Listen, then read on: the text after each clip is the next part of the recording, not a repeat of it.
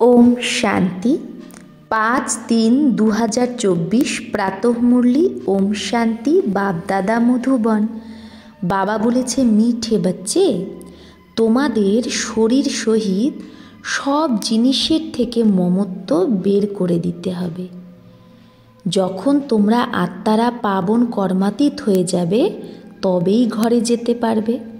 তো বাবা কি বলল যে আমাদের শরীর সহিত সব জিনিসের থেকে মমত্ব সরিয়ে দিতে হবে। যখন আমরা আত্মারা পাবন কর্মাতীত হয়ে যাব তখনই ঘরে মানে পরমধামে যেতে পারবো। প্রশ্ন, আত্মার কোন কথায় খুব ভয় লাগে আর সেই ভয় কেন? তো আত্মার কি বিষয়ে খুব ভয় লাগে আর সেই ভয় কেন হয়? উত্তর, আত্মার শরীর ছাড়তে খুব ভয় লাগে, কারণ তার শরীরের প্রতি মমত্ব হয়ে গেছে। যদি কেউ দুঃখের কারণে শরীর ছাড়তেও চায়, তাও তাকে পাপকর্মের সাজা তো ভোগ করতেই হবে। সঙ্গমে তোমাদের বাচ্চাদের কোনো ভয় নেই। তোমাদের আরোই খুশি হয় যে আমরা এই পুরানো শরীরকে ছেড়ে বাবার কাছে যাব। তো সঙ্গমে আমাদের তো খুশি, আমরা তো শরীর ছাড়ারই পুরুষার্থ করছি, কারণ এই শরীর ছাড়লেই তো আমরা বাবার কাছে যাব। ওম শান্তি। মিঠে মিঠে বাচ্চাদের বাবা বোঝায় যে এক হলো জ্ঞান, দ্বিতীয় হলো ভক্তি। ড্রামায় এটা সেট আছে। ড্রামার আদি মধ্য অন্তকে আর কেউ জানে না। তোমরা বাচ্চারা তো জানো, সত্যযুগে মরার কোনো ভয়ই নেই।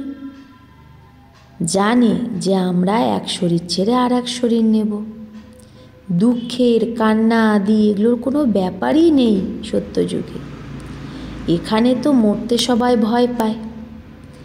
আত্মা শরীর ছাড়লে দুঃখ পায়, তো আত্মার শরীর ছাড়তেই দুঃখ হয়, ভয় পায়, কারণ পরের জন্ম নিয়ে তো আবার সেই দুঃখই ভোগ করতে হবে।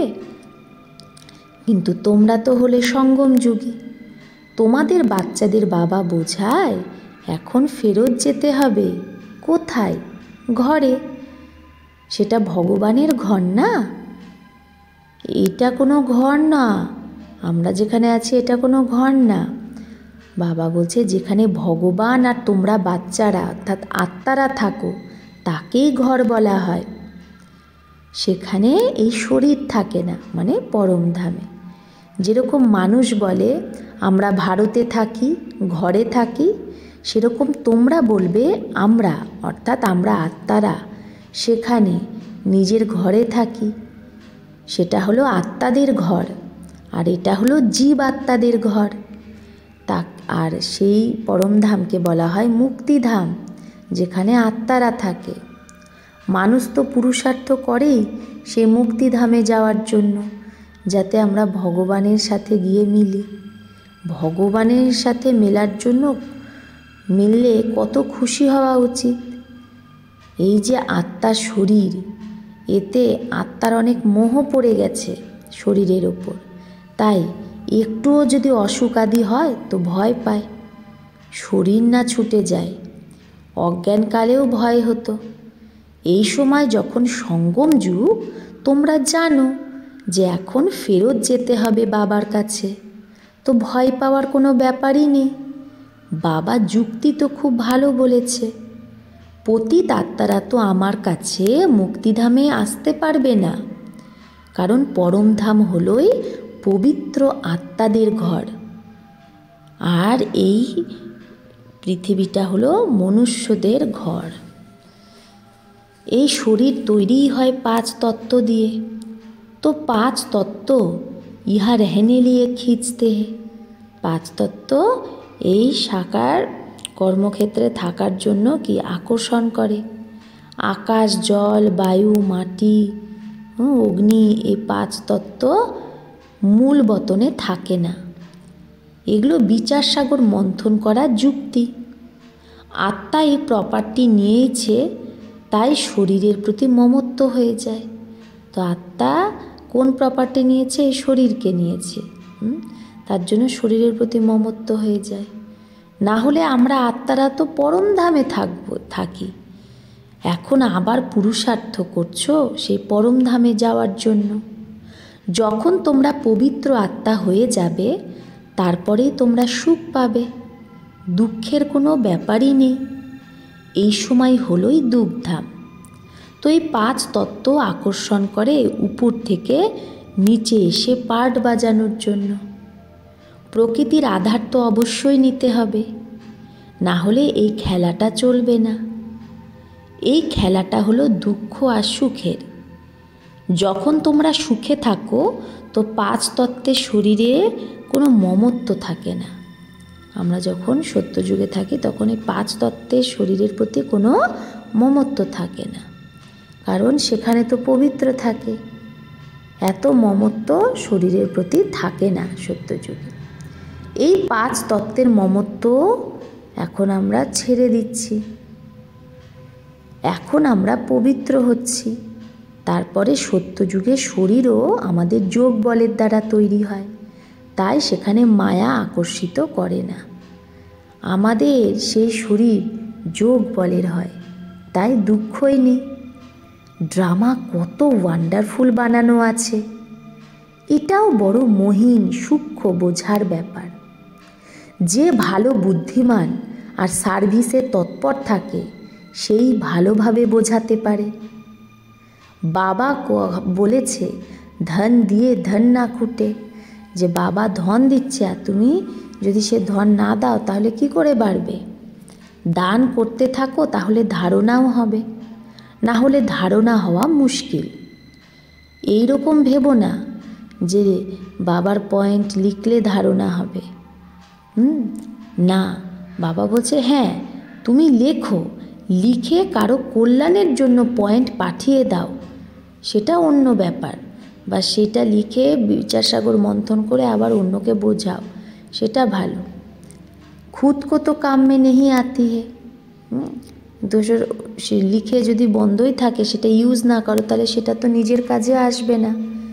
কেউ তো কাগজ লিখে ফালতু ফেলেও দেয়। এটা মনের মধ্যে বুঝতে হবে যে আমি লিখছি, তারপরে সেটা আবার কাজে আসবে। লিখে যদি ফেলেই দাও তো তাতে কি লাভ? এটাও যেন আত্মা নিজেই নিজেকে ঠকাচ্ছে। এটা তো ধারণা করার ব্যাপার। বাবা কি কোনো লেখা পড়া কণ্ঠ করেছে? বাবা কি কোনো লিখিত পড়া মুখস্থ করে আমাদের পড়াচ্ছে? বাবা তো রোজ বোঝাতে থাকে। প্রথমে তোমাদের হলো বাবার সাথে কানেকশন। বাবার ইয়াদের দ্বারাই তোমরা আত্মারা পবিত্র হয়ে যাবে। তারপরে সত্যযুগেও তোমরা পবিত্র থাকবে। আত্মা আর শরীর দুটোই পবিত্র থাকে। তারপরে সেই বল আমাদের খালাস হয়ে যায়, তো 5 তত্ত্বের বল আত্মাকে আকর্ষণ করে। আত্মা ঘর যাওয়ার জন্য এখন শরীর ছাড়নে কি দিল হতি হে। এখন আমাদের আত্মাদের ঘরে যাওয়ার জন্য শরীর ছাড়ার মন হচ্ছে। তোমরা পাবন হয়ে শরীর এমনভাবে ছাড়বে যেন মাখন থেকে যেরকম চুল বার করে সেই রকম। তো আমরা পাবন হলে শরীর এত সুন্দরভাবে হালকাভাবে ছেড়ে দেব। তোমাদের বাচ্চাদের শরীর সহিত সব জিনিসের থেকে মমত্ব মিটিয়ে দিতে হবে। আমরা আত্মারা শরীর ছাড়া এসেছিলাম, আমরা পিওর ছিলাম। এই দুনিয়ার সাথে মমত্ব ছিল না। সত্যযুগে শরীর যদি ছুটে যায় তো কেউ কাঁদে না, কোনো কষ্ট নেই, কোনো অসুখ নেই, শরীরে মমত্ব নেই। যেরকম আত্মা পাট বাজায়, এক শরীর বয়স্ক হয়, তারপরে দ্বিতীয় শরীর নেয় পাট বাজানোর জন্য। আর সত্যযুগে তো রাবণ রাজ্যই নেই, তো এই সময় দিল হয় যে আমি বাবার কাছে যাই। বাবা বলে আমাকে ইয়াদ করো, এই জ্ঞান বুদ্ধিতে আছে। বাবা বলে পবিত্র হয়ে আসতে হবে। এখন তো সবাই পতিত, তাই 5 তত্ত্বের এই পুতুলের সাথে মোহ হয়ে গেছে। এই শরীরটা পুতুল না, তাই এই শরীরটা ছাড়ার মনই হয় না। না হলে বিবেক বলে শরীর যদি ছুটে যায় তাহলেই তো আমি বাবার কাছে চলে যাব। এখন পুরুষার্থ করছই কি জন্য? যে আমাকে পাবন হয়ে বাবার কাছে যেতে হবে। বাবা বলেছে তুমি তো আমার ছিলে, এখন আবার আমাকে স্মরণ করো তো আত্মা পবিত্র হয়ে যাবে। আবার এই শরীর ধারণ করলে কোনো কষ্ট হবে না সত্যযুগে। এখন শরীরের প্রতি মোহ আছে, তাই ডাক্তার আদিকে ডাকে। তোমাদের তো খুশি হওয়া উচিত যে আমি বাবার কাছে যাই। এই শরীরের সাথে এখন আমাদের কোনো কানেকশন নেই। এই শরীর তো পার্ট বাজানোর জন্য পেয়েছো। সত্যযুগে তো আত্মা আর শরীর দুটোই খুব সুস্থ থাকবে, দুঃখের নাম নিশান থাকবে না। তো বাচ্চাদের কত পুরুষার্থ করা উচিত। এখন আমরা বাবার কাছে যাচ্ছি, কেননা এই শরীর ছেড়ে যাব। কিন্তু যতক্ষণ যোগ লাগিয়ে পবিত্র হবে না, কর্মাতীত অবস্থা হবে না, ততক্ষণ যেতে পারবে না। এই খেয়াল অজ্ঞানী মানুষের আসতে পারে না। তোমাদের বাচ্চাদের এই খেয়াল আসবে, এখন আমাকে যেতে হবে। প্রথমে তো আত্মার মধ্যে শক্তি থাকে, খুশি হয়, কখনো ভয় থাকে না। এখানে দুঃখ, তাই মানুষ ভক্তি আদি করে। কিন্তু ফেরত যাওয়ার রাস্তা তো জানেই না। যাওয়ার রাস্তা তো এক বাবাই বলে। আমরা বাবার কাছে যাব, সেই খুশি আমাদের এখন হয়। বাবা বোঝায় এখানে তোমাদের শরীরের প্রতি মোহ আছে, এই মোহ বের করে দাও। এটা তো 5 তত্ত্বের শরীর, এইসব মায়া। এই চোখ দিয়ে যা কিছু আত্মা দেখছে সব মায়াই মায়া। এখানে প্রত্যেক জিনিসেই দুঃখ আছে, কত নোংরা।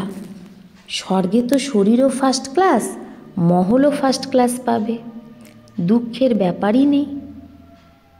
কীরকম এই খেলা বানানো আছে, এগুলো তো চিন্তনে আসা উচিত না। বাবা বলে আর কুছ নেই সমাজতে হো। বাবা বলছে যদি তুমি অন্য কিছু বুঝতে না পারো তাহলে বলো বাবাকে ইয়াদ করো তো বিকর্ম বিনাশ হবে, স্বর্গে চলে যাবে। আমরা তো আত্মা, এই শরীর রূপী যে ড্রেস তোমরা তো পরে পেয়েছো, তাহলে এই শরীরে কেন তুমি ফাঁসবে? বাবা বোঝায় একে রাবণ রাজ্য বলে। রাবণ রাজ্যে দুঃখই দুঃখ, সত্যযুগে দুঃখের কোনো ব্যাপারই নেই। এখন বাবার ইয়াদে আমরা শক্তি নিই, কারণ আমরা কমজোর হয়ে গেছি। দেহ অভিমান হলো সব থেকে কমজোর বানানেওয়ালা। দেহ অভিমানই আমাদের কমজোর বানায়, নিজেকে দেহ ভাবা মানেই কমজোর। তো বাবা বোঝায় এটা ড্রামা বানানো আছে, এটা বন্ধ হতে পারে না।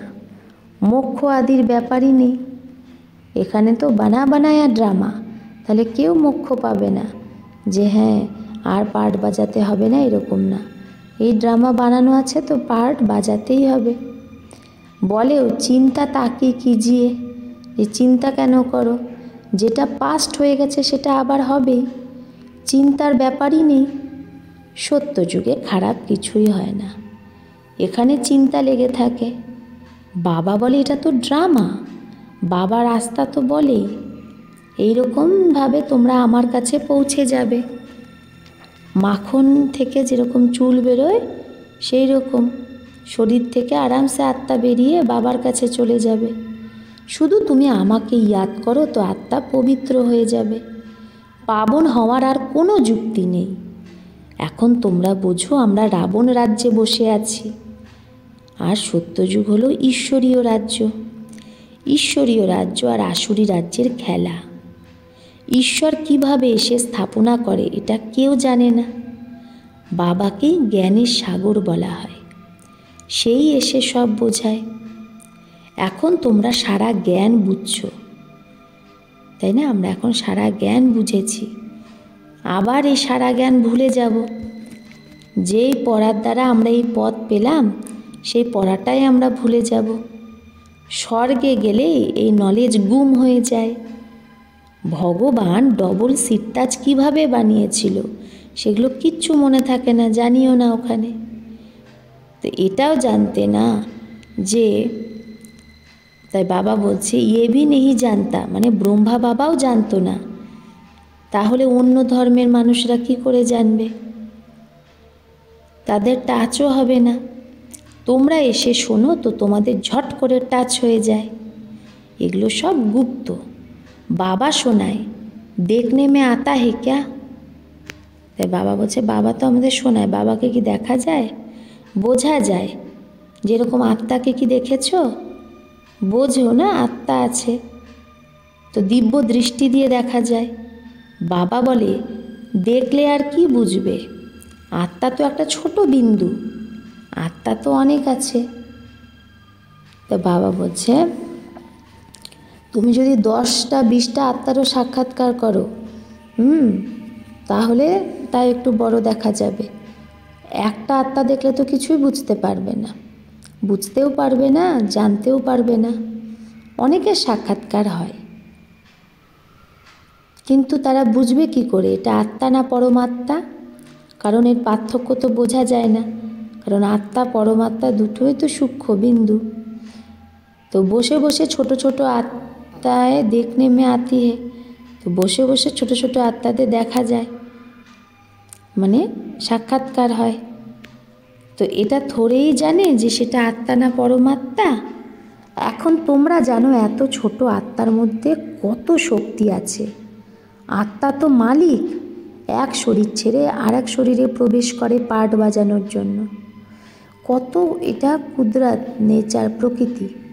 শরীর অসুস্থ হয় বা যদি কেউ মানে সর্বশান্ত হয়ে যায়, তো ভাবে এর থেকে তো ভালো আমি শরীর ছেড়ে দিই, আত্মা বের হয়ে যাক, দুঃখ থেকে মুক্ত হব। কিন্তু পাপের বোঝা যেটা মাথায় আছে সেটা কি করে মুক্ত হবে? তোমরা পুরুষার্থই করো যে ইয়াদের দ্বারা পাপ যেন বিনাশ হয়। রাবণের কারণে অনেক পাপ হয়ে গেছে, যার থেকে মুক্ত হওয়ার রাস্তা বাবাই বলে। শুধু বলে আমাকে ইয়াদ করতে থাকো, ইয়াদ করতে করতে শরীর ছুটে যাবে, তোমাদের পাপ আদি সব শেষ হয়ে যাবে। ইয়াদ করা মাসির ঘর নয়। আমাকে ইয়াদ করার জন্য মায়া তোমাদের খুব হয়রান করে, ঘড়ি ঘড়ি ভুলিয়ে দেয়। বাবা অনুভবও শোনায়,